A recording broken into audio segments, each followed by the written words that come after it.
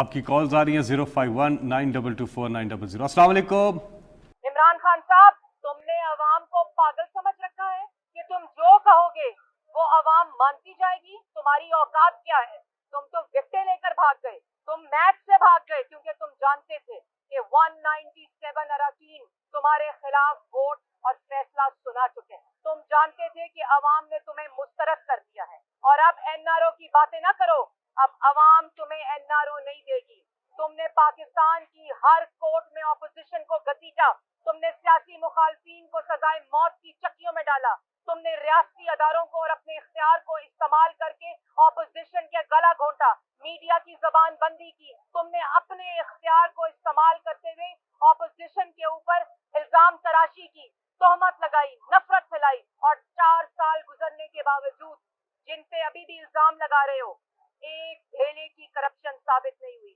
اور تمہاری انا، تمہارا تکبر، تم چاہو گے تو الیکشن ہوگا. کیوں؟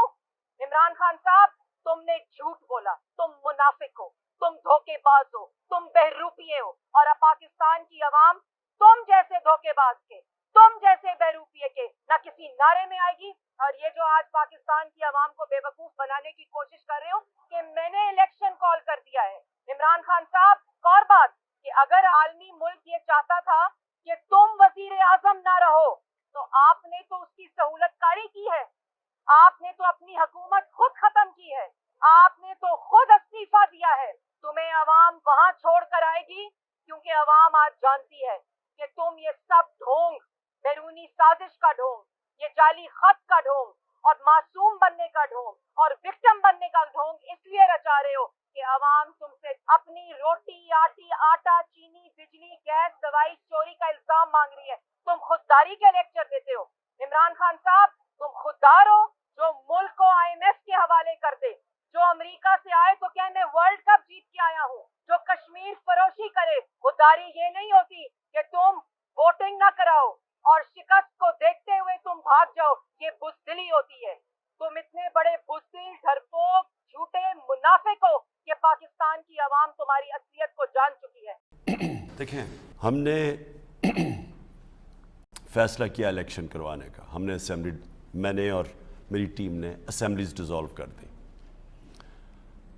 وہ کیونکہ 1.5 سال سے، بلکہ 3.5 سال سے اپوزیشن بار بار یہ کہتی تھی کہ حکومت نااہل ہے، یہ عوام میں جائے گی تو عوام انڈے ماریں گے ان کو، اور انہوں نے ملک تباہ کر دیا. تو یہ 3.5 سال سے، اور بار بار کہہ رہے تھے کہ جی پرائم منسٹر پھر سے الیکشن استعفیٰ دے، یعنی الیکشن کروائے. تو میں نے تو وہ کر دیا، میں نے تو اناؤنس کر دیا الیکشنز. تو سوال اب یہ ہے کہ یہ سپریم کورٹ کیوں چلے گئے ہیں؟ یہی یہ چاہتے تھے کہ اتنا بری حکومت ہے اور نااہل اور سلیکٹڈ ہے، یعنی کہ صحیح معنی میں الیکشن بھی نہیں جیت کے آئی. تو یہ کہتے تھے کہ آپ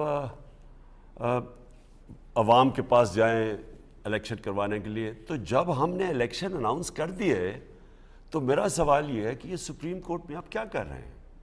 یہ چاہ رہے ہیں کہ حکومت بحال ہو. تو میں صرف آپ کے سامنے یہ رکھنا چاہتا ہوں کہ کیا یہ بہتر ہے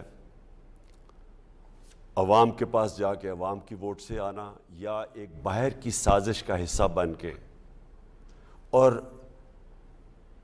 20 سے 25 کروڑ روپیہ دے کے پارلیمنٹیرینز کے ضمیر خرید کے کیا حکومت بنانا یہ بہتر ہے، یا ایک پبلک کے پاس جائیں کہ جی الیکشن ہو، جو پبلک جسے ووٹ دیتی ہے. تو میں عوام کو صرف یہ بھی بتانا چاہتا ہوں کہ یہ کیوں چاہتے ہیں کہ حکومت بحال ہو، اور ان کسی طرح یہ جو انہوں نے خریدے ہوئے ہیں لوگ، ان کے ذریعے گورنمنٹ میں آئیں. سب سے پہلے اس کی وجہ یہ ہے کہ ان کی کوشش، میری 3.5 سال میں ایک ہی کوشش رہی ہے این آر او لینے کی. این آر او کا مطلب یہ ہے کہ ان کے اوپر کرپشن کیسز ہیں، بیل پہ ہیں. شہباز شریف بھی بیل پہ ہے، وہ اس کا بیٹا بھی بیل پہ ہے، یہ 2 بھاگے ہوئے ہیں وہ بھی کرپشن کیسز پہ. نواز شریف کنوکٹڈ ہے، مجرم قرار دیا گیا ہے، اس کے بیٹے بھاگے ہوئے ہیں باہر. اسحاق ڈار باہر جو سمدھی ہے نواز شریف کا، وہ بھی ہے، اس کے بیٹے بھی باہر بھاگے ہوئے ہیں. تو یہ کیا چاہتے ہیں کہ کیوں چاہتے ہیں گورنمنٹ، جب کہہ رہے ہیں کہ جی گورنمنٹ کو ریزائن کر کے 3.5 سال کہہ رہے ہیں کہ الیکشن کرواؤ. ان کی ساری کوشش یہ ہے کہ یہ اقتدار میں آئیں گے، یہ آ کے نیب کو ختم کریں گے، ان کے کیسز ختم ہوں گے، اور یہ ہوگا NRO 2 لیں گے۔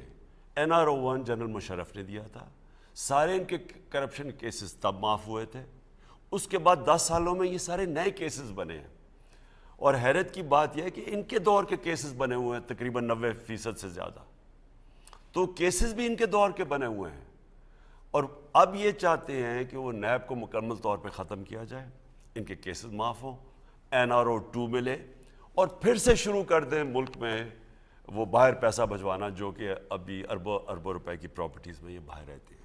یہ ہے سازش۔ یہ چاہتے ہیں کہ NRO بھی مل جائے، اپنے امپائرز بھی کھڑے کر دیں، اپنے آفیسز بھی کھڑے کر دیں، الیکشن کمیشن میں بھی جو 2 رہ گئے ہیں وہ بھی اپنے لوگ ڈال دیں، تو ایک جو ساری زندگی انہوں نے فکس میچز کھیلے ہیں، ان کا صرف کوشش یہ ہے کہ میچ یہ صرف جیتے امپائرز کو ساتھ ملوا کے، تو یہ ان کی پوری کوشش ہے کہ الیکشن کمیشن جو بھی بیوروکریسی، وہ نیچے سارا عملہ الیکشن، وہ سارا پہلے تیار کر کے پھر یہ الیکشن کی طرف جائیں۔ تو یہ ساری اس وقت کوشش ہے کہ کسی طرح ایک حکومت کہہ رہی ہے ہم کہہ رہے ہیں الیکشن لڑو، اور یہ چلے گئے سپریم کورٹ میں۔ تو میں صرف یہ آپ کو عوام کو بتانا چاہتا تھا کہ یہ ہے سچویشن۔ آپ انشاءاللہ مجھے پوری امید ہے کہ میری قوم اس باری ان کو شکست دے گی۔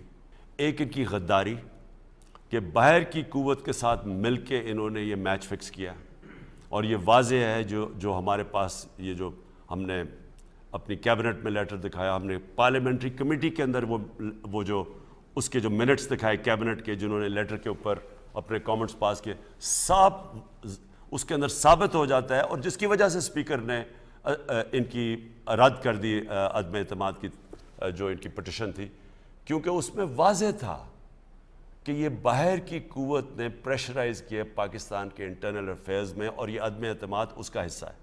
یہ جب تک عوام کا پریشر نہیں پڑے گا یہ چیزیں ہوتی رہیں گی۔